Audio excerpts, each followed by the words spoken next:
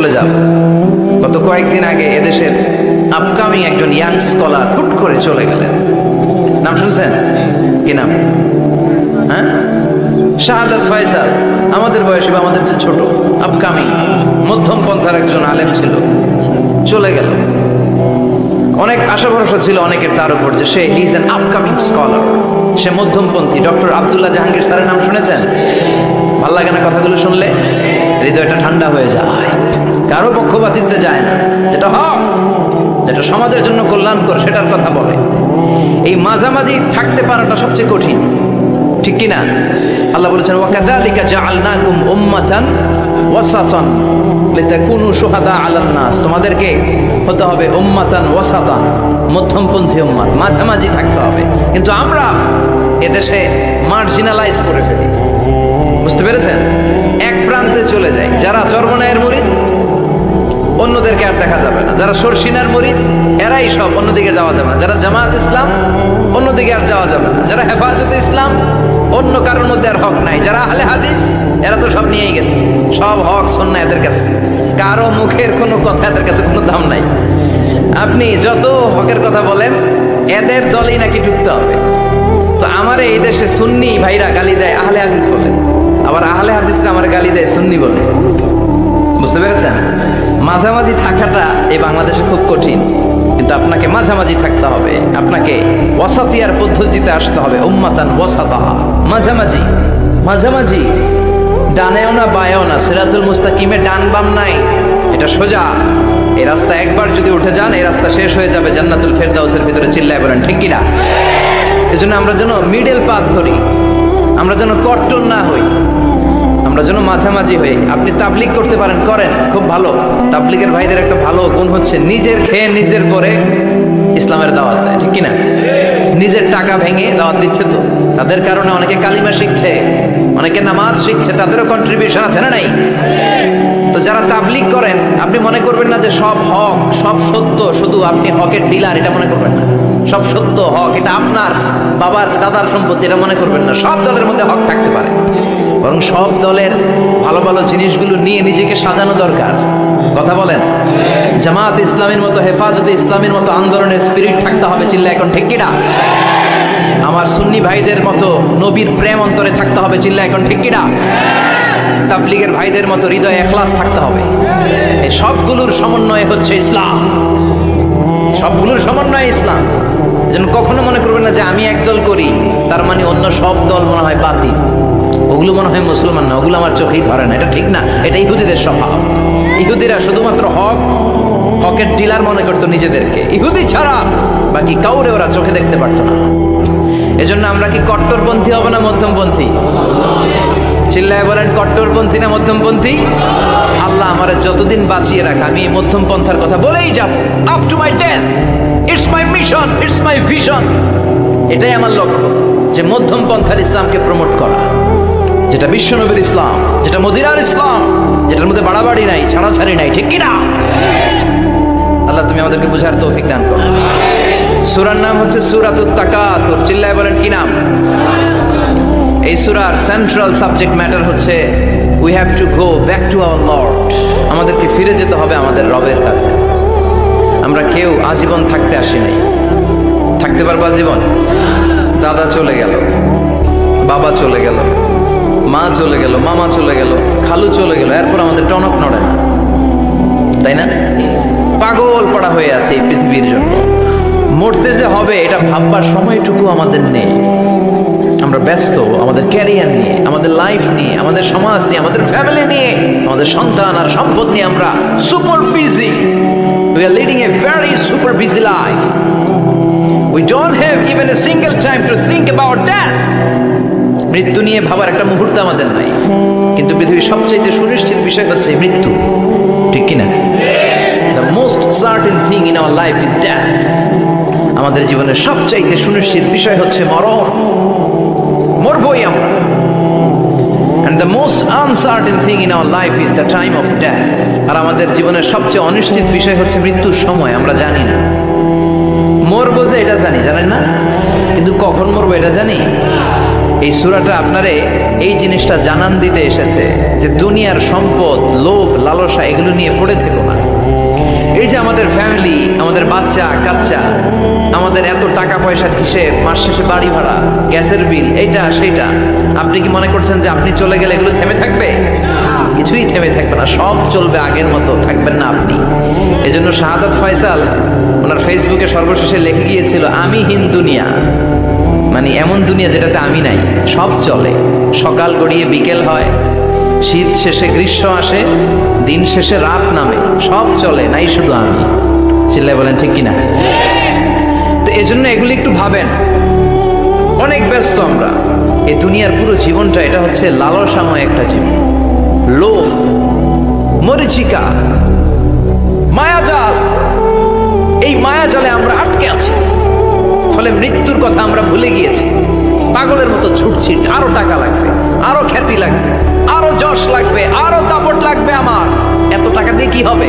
এত সম্পদ দিয়ে কি হবে? এত ব্যস্ততা দিয়ে কি হবে তোমার? স্টপ, থামো, অনেক হয়েছে, আল্লাহ থামো। Take a rest, take a breath and think about death. Think that you have to go back to your Lord.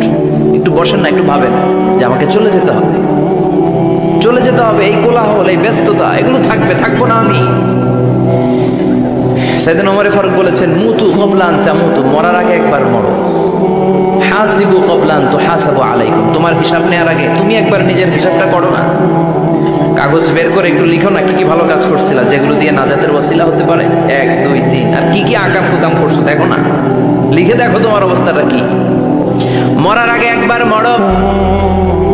মরার আগে খাটের মধ্যে শুয়ে শটান করে চোখ বন্ধ করে একবার মরার ভান করে দেখেন কেমন লাগে।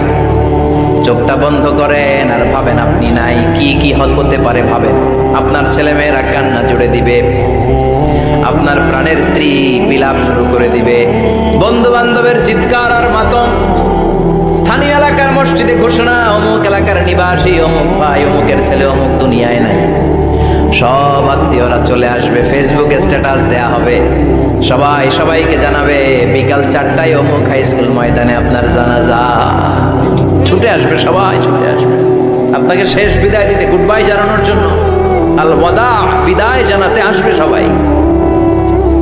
4 তাকবীর দিয়ে আপনার জানাজা হবে, অশ্রুসিক্ত জানাজায় আপনার বিদায় হবে।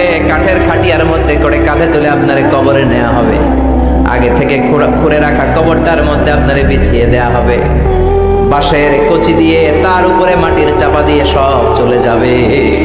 ভাবেন না একবার চোখ বন্ধ করে, this is the circle of life, this is the nature of life. এটা সবার হবে, আমার হবে, আপনার হবে। এত মায়া, এত ভালোবাসা কই যাবে? কেউ থাকবে না, সবাই আপনার অন্ধকার কবরে রেখে দিয়ে চলে আসবে। উপরে বাঁশের কঞ্চি, তার উপরে মাটির চাপা, অন্ধকার আর অন্ধকার। এই অন্ধকার যেন শেষ হতে চায় না, শুধুই অন্ধকার, ঠিক কিনা? এজন্য আমাদের চলে যেতে হবে। দাদা গেল, চাচা গেল, মামা গেল, আমাদেরকেও যেতে হবে, জোরে কোন ঠিক কিনা? একদিন মাটির ভেতরে হবে ঘরে মন আমার, কেন বন্ধ দালান ঘর, প্রাণ পাখি উড়ে যাবে পিঞ্জর ছেড়ে, ধরা ধামে সবই রবে তুমি যাবে চলে, বন্ধু বান্ধব যত, মাতা পিতা দ্বারা সুত, সবই হবে তোমার পরে, মন আমার কেন বন্ধ দালান ঘর, একদিন মাটির ভেতরে হবে ঘরে মন আমার, কেন বন্ধ দালান ঘর। একটা সার্টেন পিরিয়ড শেষে আপনিও থাকবেন না। This is the nature of life, this is the circle of life. ছোট্ট শিশু হয়ে এসেছিলেন, শৈশব, কৈশোর, যৌবন, প্রৌঢ়ত্ব, আগে ছিলেন সিঙ্গেল, বিয়ে করে হয়ে গেলেন ডবল, এরপরে আল্লাহ আপনাকে একটা মেয়ে দিল, এরপরে মেয়েকে বিয়ে দিয়ে শ্বশুর হলেন, এরপরে ওই মেয়ের ঘরে সন্তান হতে নানা হলেন। আর কতদিন? অনেক দিন হলো তো, অনেক লম্বা সময় পেয়েছেন আপনি। Think about that. এবার যাওয়ার কথা ভাবেন, আখিরাতের সামানের কথা ভাবেন, ফিরে যেতে হবে। কি শক্তিশালী যুবক, বার্ধক্য চলে আসলে লাঠি ছাড়া চলতে পারে না। কুচকুচে কালো দাড়ি সাদা হয়ে যায়, দাড়ির শুভ্রতা, বয়সের ভার, রং ধরা যৌবন জং ধরে শেষ, ঠিক কিনা? This is the circle of life. যুবক ভাইরা, এটাই জীবন, চলে যেতে হবে, কেউ থাকতে পারবে না, ঠিক কিনা? এটা রিমাইন্ডার আল্লাহ এই সূরার ভেতরে দিয়েছে যে তোমাদেরকে ফিরে যেতে হবে, এই লোভ লালসা ছেড়ে দাও। রব্বুল আলামিন বলেন, আলহাকুমুত তাকাসুর হাত্তা যুরতুমুল মাকাবির। ও গোলাম, দুনিয়ার সম্পদ, লোভ লালসা তোদেরকে পাগল বানিয়ে দিয়েছে। এই লোভ পাগলামি কোনোদিন তোদের থামবে না যতদিন না তোরা কবরে ঢুকবি, ঠিক কিনা? কার কথা? আল্লাহ বললেন, দুনিয়ার সম্পদ আর লোভ আর মোহে তোমরা গাফেল হয়ে গিয়েছো। আখিরাতের কথা বেমালুম তোমরা ভুলে গিয়েছো, কিন্তু আখিরাতে তোমাদের যেতেই হবে, কবরের বাড়িতে তোমাদের ঢুকতেই হবে, ঠিক কিনা? যেতেই হবে, আমরা ভুলে যাই। আলহাকুমুত তাকাসুর, অতিরিক্ত পাওয়ার লোভ, বেশি বেশি খাওয়ার লোভ, বেশি বেশি জমানোর লোভ মানুষকে গাফেল বানিয়ে দিয়েছে। এটা মানুষের স্বভাব, আরো চাই আরো চাই, এই স্বভাবটা আছে না নাই? দেখবেন ছোট বাচ্চারা মসজিদের দোয়া অনুষ্ঠান শেষে জিলাপি দেয় না? গরুয়া কৃষ্ণপুর কি দেয়? আগে বাতাসা দিত না, এখন কি দেয়? জিলাপি দেয়, মিষ্টি দেয়। তো মসজিদের 2-3 গেট থেকে যদি দেয়, ছোট বাচ্চারা দেখবেন এদিক দিয়ে কয়েকটা নিয়ে আবার ওই গেটে লাইন ধরে। ওর হাত হলো ছোট হাত, ওর হাত ভর্তি জিলাপি, আর নেওয়ার জায়গা নেই, এরপর আরেক জায়গায় লাইন ধরছে, আরো লাগবে, আরো লাগবে, এই আরো আরো আরো চাই। এই স্বভাবটাই মানুষকে কুড়ে কুড়ে শেষ করে দিয়েছে। এত লাগবে কেন তোমার? চাহিদার কোনো শেষ নাই। Unlimited demand of human being. যার আছে বেশি তার চাই বেশি। যার সাইকেল আছে তার হুন্ডা চাই, হুন্ডা আছে তো প্রাইভেট কার চাই, প্রাইভেট কার আছে তো প্লেন চাই, প্লেন আছে তো হেলিকপ্টার চাই, হেলিকপ্টার আছে তো ওইটা চাই, ওইটা আছে তো সেটা চাই, ঠিক কিনা? এলাকার মেম্বার যে হয়েছে চেয়ারম্যান হতে চায়, আছে না নাই? এজন্য বিষ্ণু বলেছেন, উনজুরু ইলা মান হুয়া আসফালা মিন, তোমার চেয়ে যে খারাপ আছে ওর দিকে তাকাও। ওয়ালা তানজুর মান হুয়া আ'লা মিন, তোমার চেয়ে যে ভালো আছে ওর দিকে তাকাও না, তোমার চেয়ে যে খারাপ অবস্থানে আছে ওর দিকে তাকাও। অনেকে নিজের অবস্থান নিয়ে সুখী না, এরকম আছে না নাই? আল্লাহ আমার এটা দিল না রে, ওইটা দিল না রে, পাইলাম না রে, কিচ্ছু হয় না, কি করবো জীবনে, হতাশ। আসলে আছে কিন্তু অনেক কিছু, শুকরিয়া নাই, টাকা, ঠিক কিনা? নিজের অবস্থান নিয়ে সুখী না, কিন্তু অনেক লোক আছে তারা আপনার অবস্থানে পৌঁছতে চায়। তাদের দিকে তাকিয়ে দেখেন, আপনি যে অবস্থানে আছেন এই অবস্থানে পৌঁছাটা অনেকের কাছে স্বপ্ন। তারা প্রতিনিয়ত সংগ্রাম আর স্ট্রাগল করে যাচ্ছে আপনার অবস্থানে পৌঁছতে, আর আপনি এটা নিয়ে সন্তুষ্ট না। শেখ সাদির নাম শুনেছেন? বালাগাল উলা কাশাফাত দুজা, এই কবিতাটার রচয়িতা, ইরানের বিখ্যাত এক কবি। উনি একবার আর্থিক সমস্যার মধ্যে দিয়ে সময় কাটাচ্ছেন, টাকা নাই, পয়সা নাই, পায়ে দেওয়ার মতো জুতা নেই। উনি খুব দুঃখ পেলেন, হায় রে, আমি ইরানের এত বড় কবি, আমার পায়ে দেওয়ার মতো জুতা নাই। দুঃখ ভরা মন নিয়ে রাস্তায় হাঁটতে বেরোলেন। হাঁটতে হাঁটতে হঠাৎ দেখলেন একটা লোক শুয়ে শুয়ে কাঁদছে, ওই লোকটার 2টা পাই নাই, পাই নাই। উনি সিজদায় পড়ে গেলেন, আল্লাহর কাছে ক্ষমা চাইলেন, আল্লাহ অনেক দিয়েছো, শুকর আলহামদুলিল্লাহ। এজন্য যেই পরিস্থিতিতেই থাকি না কেন আমরা কি পড়বো? জোরে বলেন, কি পড়বো? এজন্য আল কানাতু মিনাল ইসলাম, অল্পে তুষ্ট থাকার নাম হলো ইসলাম। সম্পদ লাগবে কিন্তু সম্পদের পাহাড় লাগবে না, ঠিক কিনা? অল্প খান, অল্প পড়েন, অল্প জামান, অল্পের ভেতরে বরকত ঢুকাইয়া দিছে কে? দেখবেন যাদের সম্পদ অল্প তারা সুখী বেশি। জরিপে এটা দেখা গিয়েছে, অনেক সার্ভেতে এটা এসেছে, যারা সম্পদশালী এরা দুঃখী বেশি, এদের দুঃখ বেশি, টেনশন বেশি। খুব স্বাভাবিক, টাকা যার বেশি রোগ তার বেশি, টাকা যার বেশি টেনশন তার বেশি, টাকা যার বেশি ঘরে শান্তি তার কম, আছে না নাই? ঘরের ভেতরে অশান্তি, ছেলে কথা শোনে না, ছেলে টানে গাঞ্জা, মেয়ে করে পরকিয়া, আছে না নাই? স্ত্রী কথা শোনে না, ভালোবাসা নাই, ঘরটা জাহান্নামের টুকরা। রোগ বালাই, এক একটা হসপিটাল বিল পরিশোধ করতে মাসে 5 লাখ 10 লাখ, আছে না নাই? কিছু খেতে পারে না, ডাক্তার একেবারে ডায়েট মেনু বেঁধে দিয়েছে, ডায়েট, ভেরি ডায়েট মেনু, এটা এটা এটা এটা কিছুই খাবেন না, শুধু গরু খাবেন না, খাসি খাবেন না, চিংড়ি খাবেন না, খালি ঘাস খাবেন, ইচ্ছে মতো ঘাস খাবেন, মানে ঘাস জাতীয় যত আইটেম আছে সব খাবেন, শাক খাবেন, সবজি খাবেন, সালাদ খাবেন, গরু, চিংড়ি, মুরগি, গোশত, ইলিশ কিছু খেতে পারেন না। তাহলে রোগ বেশি, খাওয়ার মজা নাই, ঘরে সাংসারিক শান্তি নাই, খালি ব্যারাম আর ব্যারাম, ঠিক কিনা? কিন্তু সম্পদের পাহাড় পড়েছে।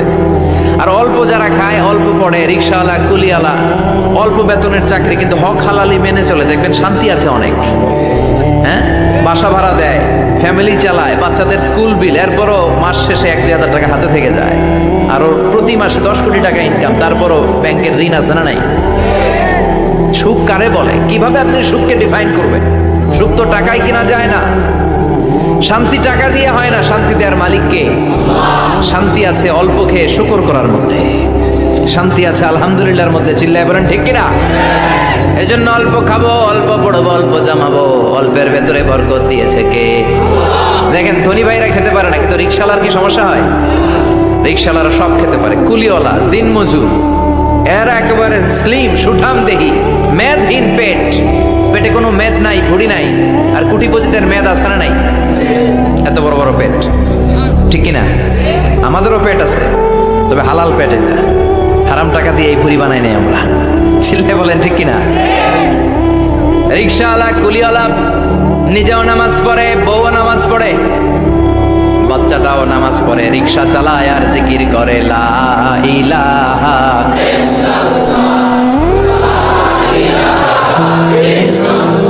লা ইলাহা ইল্লাল্লাহ মুহাম্মাদুর রাসূলুল্লাহ সাল্লাল্লাহু।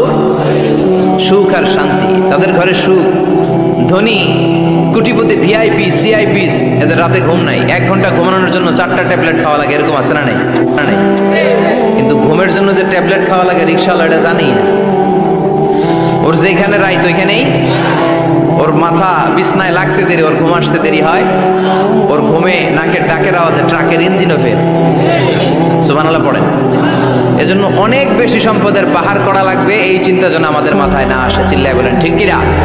এজন্য রব্বুল আলামিন বলেন আল্লাকুমুত তাকাসুরু হাত্তা যুরতুমুল মাকাবির। বেশি বেশি সম্পদ উপার্জনের আকাঙ্ক্ষা তোমাদেরকে আখিরাত থেকে গাফেল বানিয়েছে। এই গাফলতি কঠিন কালেও তোমাদের কমবে না যতক্ষণ না তোমরা কবরে ঢুকবা। হাত্তা যুরতুমুল মাকাবির, মাকবারাতুনের প্লুরাল মাকাবির, যতক্ষণ না কবরে না ঢুকবা, কবরস্থান তোমার আবাসস্থল না হবে, ততক্ষণ পর্যন্ত এই চাই চাই মানসিকতা কমবে। মানুষের স্বভাব হলো আরো চাই, আরো চাই, আরো চাই করে। ফকিরেরা কারা? আল্লাহ গালি দিয়ে বললেন তোরা সব ফকিরনি। তোরা কি? ইয়া আইয়ুহান নাসু আনতুমুল ফুকারাউ ইলাল্লাহ ওয়াল্লাহু হুয়াল গানিয়ুল হামিদ। সুবহানাল্লাহ পড়েন। আল্লাহ ডেকে বললেন গোলাম আনতুমুল ফুকারা ইলাল্লাহ, তোমরা সবাই ফকির, ধনী হলো একজন, তিনি কে?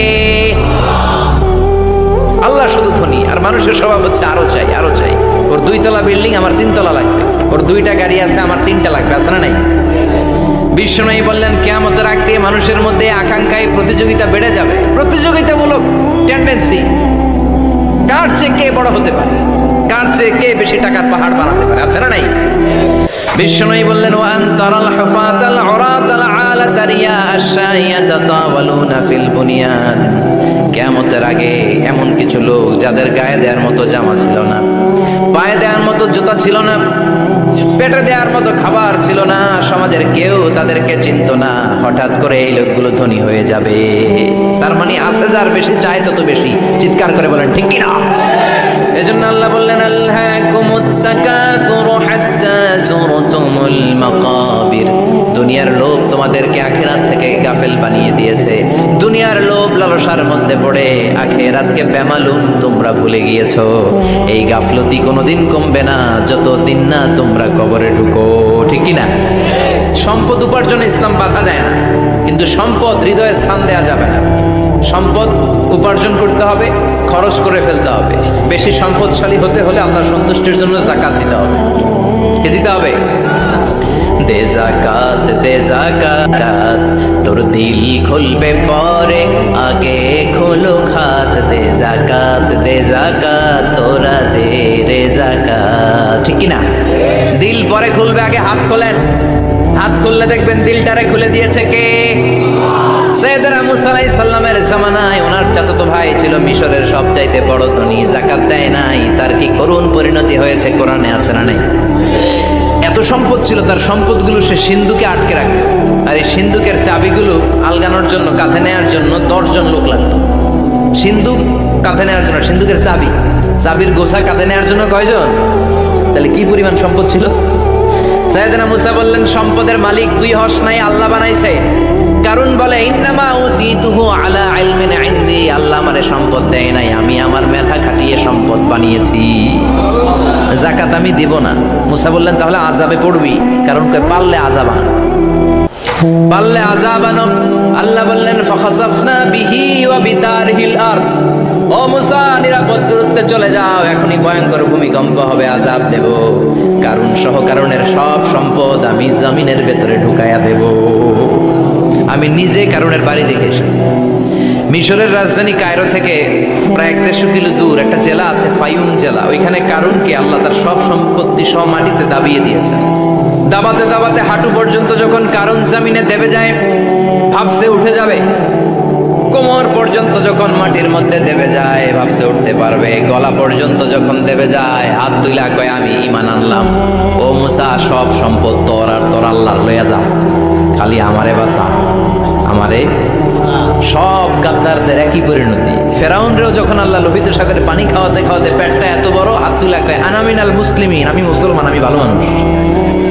আল্লাহর কোরআন সাক্ষী, সে বলেছে আনা মিনাল বনি ইসরাইলরা যে আল্লাহরে মানে, আমিও তারে মানি, আমিও আল্লাহর দলের একনিষ্ঠ কর্মী। আর পানি খাইতে পারি না, আল্লাহ বাঁচাও। আল্লাহ কয় আরো খা। শেষ, ফেরাউন শেষ, নমরুদ শেষ, কারণ শেষ। পুরো সম্পদ সহ আল্লাহ কারণকে জামিনের ভেতরে দাবিয়ে দিলেন। এজন্য সম্পদ যাদের বেশি, যাকাত দেওয়ার দরকার আছে না নাই? দারিদ্রতা বিমোচনের জন্য যাকাত দিবেন। যাকাতের শাড়ি লুঙ্গি এইভাবে না, অনেকে কিন্তু দেয় যাকাতের শাড়ি, যাকাতের লুঙ্গি, যাকাতের গামছা, এরকম ডাকাইত আছে না নাই? বাংলাদেশে এমনও হয়েছে জাকাতের শাড়ি দিবে বলে সে পত্রিকায় নিউজ করেছে, আর ওই শাড়ি আনার জন্য শাড়ি দিবে 5,000, মানুষ এসেছে 5 লক্ষ। পদপৃষ্ঠ হয়ে 11 জন নারী এক জায়গায় মারা গিয়েছে। কিয়ামতের দিন আল্লাহ বিচারের কাঠগড়ায় এই বিজনেস ম্যাগনেটকে দাঁড়িয়ে সেদিন জিজ্ঞাসা করবে যে কেন তুই এদেরকে কষ্ট দিয়েছিলি? চিল্লা এখন ঠিক কিনা? এদের মৃত্যুর দায়ভার এই শিল্পপতি এড়াতে পারবে না। যাকাতের শাড়ি, যাকাতের লুঙ্গি বিতরণের জন্য আল্লাহ তোমারে ধনী বানায় নাই। ধনীদের দায়িত্ব হলো গরিবের হাতে সম্পদ পৌঁছে দেয়া। ওফি আমওয়ালিহিম হাক্কুন লিসাইলি ওয়াল মাহরুম। গরিব আমার কাছ থেকে সম্পদ আর যাকাত নিয়ে সে আমার প্রতি করুণা করেছে। আমি যাকাত দেই বলে আমি কোনো দয়া দেখাই নাই। কথা বুঝতে পেরেছেন? আইডিয়াটা ক্লিয়ার করে নেন। যাকাত দেয়া আমার জন্য কি? কথা বলেন, ফরজ। আর যে যাকাত নেয় তার জন্য যাকাত খাওয়া কি ফরজ? আমি গরিব মানুষ, আমি যাকাত খাবো না, না খাইয়া থাকুম, রোজা রাখুন। কথা কন, আমার যে যাকাত নেওয়া লাগবে এমন কোনো কথা নেই, কিন্তু আমি যে ধনী আমার দিতেই হবে, এটা ফরজ। তার মানে আমি দিয়ে আমি দয়া করি নাই, ও নিয়ে আমারে বাঁচাইয়া দয়া করে গেছে। চিৎকার করে বলো ঠিক কিনা? ইসলাম বলে রাস্তার এক পাশে 5 তলা আর এক পাশে গাছতলা, এটার নাম ইসলাম না। খেটে খাওয়া মানুষ, সুবিধা বঞ্চিত মানুষদের দ্বারে যে তুমি যাকাতের টাকা পৌঁছে দাও। যাকাতকে ফরজ করা হয়েছে দারিদ্রতা বিমোচনের জন্য। আপনি শাড়ি লুঙ্গি দিলে কি হবে? ওরে শাড়ি দিচ্ছেন দুপুরে, রাত্রেবেলা ও আরেক জায়গায় লাইন করে আছে, বিরিয়ানির প্যাকেট দিতেছে ওইখানে। কথা কন, সারাটা বছর ও যাকাতের টাকা নেবে, ওর কিচ্ছু হবে না। বরং এমন কিছু তাকে করে দিতে হবে যেটা দিয়ে সে ফ্যামিলি লিড করতে পারে। একটা সিএনজি কিনে দেন, ওই ফ্যামিলিতে কোনো যুবক থাকলে সিএনজি চালায়া, অটো চালায়া ফ্যামিলিটারে চালাবে। একটা টঙের দোকান করে দেন, চায়ের দোকান, চা বিক্রি করে ফ্যামিলিটারে চালাবে। অস্ট্রেলিয়ান একটা গাই কিনে দেন, গরুর দুধ বিক্রি করে তার ফ্যামিলি চলবে। কিংবা মাছের একটা খামার করে দেন, মুরগির খামার করে দেন, ঠিক কিনা? ওমরে ফারুক বলতেন এমন ভাবে যাকাত দাও যাতে করে যাকে যাকাত দিয়েছে জীবনে কোনোদিন সেজন্য আর কারো কাছে যে হাত পেতে যাকাতের জন্য দাঁড়িয়ে না থাকে। এই বিধানটা কার? এজন্য আল্লাহ বললেন আলহাকুমুত তাকাসুরু হাত্তা যুরতুমুল মাকাবির। দুনিয়ার লোভ লালসা তোমাদের কমবে না যতদিন না তোমরা কবরে ঢুকো। কার কথা? চিল্লায় বলেন কার? এজন্য দুনিয়ার প্রতি যে আমাদের লোভ, এটা কি বাড়াইতে হবে না কমাইতে হবে? এই দুনিয়ার জীবন এটা ক্ষণিকের।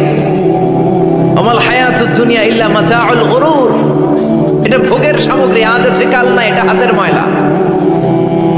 দুনিয়ার এই জীবনের দৃষ্টান্ত হচ্ছে 4টা স্বর্ণের টুকরা আর 3টা লাশের মতো। স্বর্ণের টুকরা 4টা, চিৎকার করে বলেন তো কয়টা? লাশ 3টা, জোরে বলেন কয়টা? অনেক অনেক আগের যুগের 3জন যুবক জীবিকার তাগিদে তারা বের হয়েছে কর্মসংস্থান করে খাবে। পথিমধ্যে তারা গুপ্তধন পেয়েছে, স্বর্ণের বার পেয়েছে, তো বড় বড় 4টা পেয়ে তারা মহা খুশি। আমাদের আর কাজ করা লাগবে না, এগুলো বেচে আজীবন খাবো, সুখে থাকবো। তো 3জন মিলে বললো 4টা স্বর্ণের টুকরা 3জনের মধ্যে ভাগ করে দেওয়ার আগে একজন এক কাজ কর, বাজার থেকে কিছু রুটি নিয়ে আয়, খুব ক্ষুধা লেগেছে, খেয়ে নেই। একজনরে রুটি আনতে পাঠিয়ে 2জন মিলে ভাবে ওইটারে যদি মেরে ফেলতে পারি তাহলে তো তোর আর আমার মধ্যে কোনো ঝামেলা নাই। স্বর্ণের টুকরা কয়টা? তুই নিবি 2টা, আমি নেব 2টা। আর যেটারে রুটি আনতে পাঠাইছে ওইটা মনে মনে ভাবতেছে রুটির মধ্যে বিষ মিশাই নিয়ে যাব। কি মিশাবো? বিষ খাইয়া ওটা শেষ, সবগুলো আমার।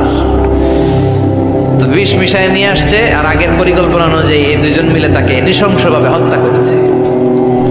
হত্যার পরে কয় প্রচন্ড ক্ষুধা লাগছে, লো আগে খায়া লই। 2জন মিলে বাজার থেকে আনা বিষ মাখানো রুটি খেয়ে ওই 2টাও শেষ। স্বর্ণের জায়গায় স্বর্ণ পড়ে আছে, স্বর্ণগুলো নেয়ার মতো মানুষ আর নাই, ঠিক কিনা? এজন্য মানুষের এই চাহিদা কমবে না। বিষ্ণু বলেন, লাউ আন্না লিকুল্লি ইবনে আদম ওয়াদিয়ান মিন যাহাব আহাব্বা আই ইয়াকুনা ইলাইহি ওয়াদিয়া। আল্লাহ প্রত্যেককে, আমাদের প্রত্যেককে যদি একটা করে স্বর্ণের পাহাড়ের মালিক বানিয়ে দেয়। কয়টা করে পাহাড় দেখছেন কোনোদিন? কই দেখছেন? চিটাং গেছিলেন? এই চট্টগ্রামে গেলে দেখা যায় কি পাহাড়। এই একটা পাহাড় স্বর্ণের, এক একটা স্বর্ণের পাহাড়ের মালিক যদি আমাদের এক একজনকে বানায় দেওয়া হয়, এরপর আমরা যাবো আরেকটা স্বর্ণের পাহাড়ের মালিক কেমন করে হওয়া যায়। আচ্ছা বলেন তো, একটা স্বর্ণের পাহাড় আমার 14 পুরুষ বিক্রি করে খাইলেও শেষ করতে পারবো এটা? তো আরেকটা কেন লাগবে আমার? ওয়ালাই আমলা আফাহু ইল্লা তুরাব। বিষ্ণু বলেন, কবরের মাটি যতক্ষণ না তোর মুখে না ঢুকবে, তোর এই চাওয়া চাওয়া খাই খাই সব বন্ধ হবে না। এজন্য আল্লাহ বললেন, আলহাকুমুত তাকাসুরু হাত্তা যুরতুমুল মাকাবির। দুনিয়া তোমাদেরকে গাফেল বানিয়ে দিয়েছে, গাফলতি কমবে না যতদিন না কবরে ঢুকো। কবরে ঢুকা লাগবে, কবরে ঢুকা লাগবে না?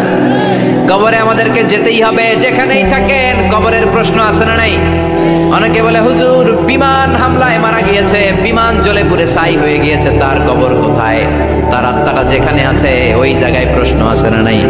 অনেকে বলে, হুজুর সাগরের মধ্যে পড়ে মারা গিয়েছে, তিমি মাছ খেয়ে ফেলেছে, তার কোনো অস্তিত্ব নাই, কিন্তু তার রুহুটা আছে না নাই? প্রতিটা রুহু সংরক্ষণ করে কে? প্রত্যেকটা আত্মা আল্লাহর কাছে সংরক্ষিত থাকে। প্রতিটা রুহু, প্রতিটা মানুষ মালাকুল মাউতকে দেখতে পায়। আপনিও দেখবেন, আমিও দেখব। মুমিনদের কাছে এসে মালাকুল মাউত একজন যুবকের বেশে সাদা ধবধবে জুব্বা পরে সুগন্ধি মেখে মুমূর্ষ ব্যক্তির শিয়রে বসে বসে বলে, ইয়া আইয়াতুহান নাফসুল মুতমাইন্না, হে প্রশান্ত আত্মা, উখরুজি ইলা মাগফিরাতিল্লাহি ওয়া রিদওয়ানি, আল্লাহর ক্ষমা আর দয়ার দিকে বের হয়ে আসো। বলা মাত্রই মুমিনের আত্মাটা স্মুথলি বের হয়ে আসে। কাফান মিন আকফানিল জান্নাহ, হানুত মিন হানুতিল জান্নাহ, জান্নাত থেকে আনা সুগন্ধি কাফনের মধ্যে পেঁচিয়ে তিনি রূহটাকে নিয়ে ইল্লিনে চলে যায়। সরাসরি দেখে মালাকুল মাউত। আর যারা ইসলাম বিরোধী, কোরআন বিরোধী, তাদের সামনে এসে মালাকুল মাউত ত্রাস সৃষ্টি করে। আগে ধমক। হাইওয়েতে মাঝে মাঝে ডাকাতি হয় না? বাসগুলোর মধ্যে যখন ডাকাতি হয়, বাসে থাকে 50 জন, ডাকাত ঢুকে 5 জন, এই 5 জনের ভয়ে সবগুলো পেশাব করে দেয়। কারণ ত্রাস সৃষ্টি করে। এসেই চাইনিজ কুড়াল দিয়ে আগে কুবায় দেয় 4-5 জনের। রক্ত দেখে কি দেওয়ার সব আগে রেডি করে রাখে। মালাকুল মাউত এসে কাফের নাস্তিক মুশরিকদের সামনে সেরকম একটা ত্রাস সৃষ্টি করে, ভয়ে লোকটা কাঁপতে থাকে। ওর কাছে ভদ্র ভাষায় কথা বলে না, সুন্দর জামা পরে আসে না, কালো কুচকুচে চেহারা, ভয়ঙ্কর একটা রূপ নিয়ে, আকৃতি নিয়ে ইসলাম বিরোধীদের মাথার সামনে আসে, দুর্গন্ধযুক্ত চেহারার দেহ নিয়ে ধমক দিয়ে বলে, ও পাপাত্তা, ইয়া আইয়াতুহান নাফসুল খাবিসা উখরুজি ইলা গাযাবিল্লাহ, হে পাপাত্তা, আল্লাহর রাগ, ক্রোধ আর গজবের দিকে বের হয়ে আয়। মুমিনের আত্মা বলার সাথে সাথে যেমনি মুমিনের দেহ থেকে বের হয়ে জান্নাতি কাফনের ভেতরে ঢোকে, কাফেরদের আত্মাও কি এরকম তাড়াতাড়ি বেরোতে চায় নাকি? কাফেরদের আত্মা বেরোতে চায় না, ডানে দৌড়, বায়ে দৌড়, সামনে দৌড়, পেছনে দৌড়, আহা দৌড়াদৌড়ি করে। মালাকুল মাউত এটাকে টেনে হিচড়ে, একটা জীবিত ছাগলকে জবেহ না করে, জবাই না করে, তার চামড়া উল্টা দিকে টেনে হিচড়ে বের করলে ছাগলটা যত কষ্ট পায়, এর সে কমসে কম 70 গুণ বেশি কষ্ট দিয়ে কাফের মুশরিক আর গাদ্দারদের রূহ কবজ করা হয়। আল্লাহ এই পরিস্থিতি থেকে তুমি আমাদের বাঁচাও। মুমিনদের রূহ যেমনি কবজ হয় ওইভাবে রূহ কবজের ব্যবস্থা করে দিও। ইমানের মৃত্যু নসিব করে দিও, শাহিদি মৃত্যু নসিব করে দিও। আমাকে শহীদ করে সেই মিছিলে শামিল করে নিও, যে মিছিলের নেতা মীর হামজা খোবায়েবে খাব্বাব, আল্লাহর কাছে ছিল অতি প্রিয়, শামিল করে নিও। আমাকে শহীদ করে সেই মিছিলে শামিল করে নিও। পড়েন আমিন, আরো জোরে পড়েন আমিন। তার মানে বিমান দুর্ঘটনায় হোক, কিংবা লঞ্চ ডুবিতে হোক, কিংবা আগুনে পড়ে হোক, কিংবা আত্মঘাতী হামলায় হোক, যে যেখানেই মারা যায়, কবরের 3টা প্রশ্ন তার জন্য আছে না নাই? ইসলাম বিরোধীদের জন্য প্রশ্ন 3টা, আপনারা যারা মুমিন তাদের জন্য 4টা, আপনাদের জন্য একটা বেশি। আলহামদুলিল্লাহ। কোন কবরে এসে প্রথম প্রশ্ন করবে, মুনকার নাকির যখন চলে আসবে, 40 কদম যখন আত্মীয় স্বজনরা লাশটাকে কবরের মধ্যে দিয়ে 40 কদম চলে যায়, তখনই ফেরেশতা চলে আসে। শেষ, সব শেষ। এসেই পরীক্ষা শুরু। মার রব্বুক, তোর রবের নাম কি? চিল্লায় বলেন আমাদের রবের নাম কি? আমরা বলবো রব্বি আল্লাহ, আল্লাহ আমারে রব। দমে দমে তনু মনে তারি অনুভব। পড়েন আল্লাহ আমারে রব। তোমার দুনিয়াতে আমি যেদিকে তাকাই, অথইনে আমাতে ডুবে আছি সবাই। পাখপাখালির গানে শুনি তাসবিহ কলো রব, তাসবিহ কলো রব, আল্লাহ আমারে রব। প্রথম প্রশ্ন তোমার রবকে, আমরা বলবো আমাদের রব আল্লাহ। দ্বিতীয় প্রশ্ন ওমা দীনু, তোমার ধর্মের নাম কি? আমরা কি বলবো? তৃতীয় প্রশ্ন বিশ্বনবীর চেহারা দেখিয়ে বলা হবে আতারিফু হাদার রাজুল, এই লোকটারে চিনো নাকি? আমরা বলবো চিনি, আমাদের প্রাণের নবী, ঠিক কি না? চাঁদের চেয়ে সুন্দর তুমি নবী আমার কমলিওয়ালা, দু জাহানের বাদশাহ তুমি প্যারা নবী সাল্লে আলা। চাঁদের চেয়ে সুন্দর তুমি নবী আমার কমলিওয়ালা।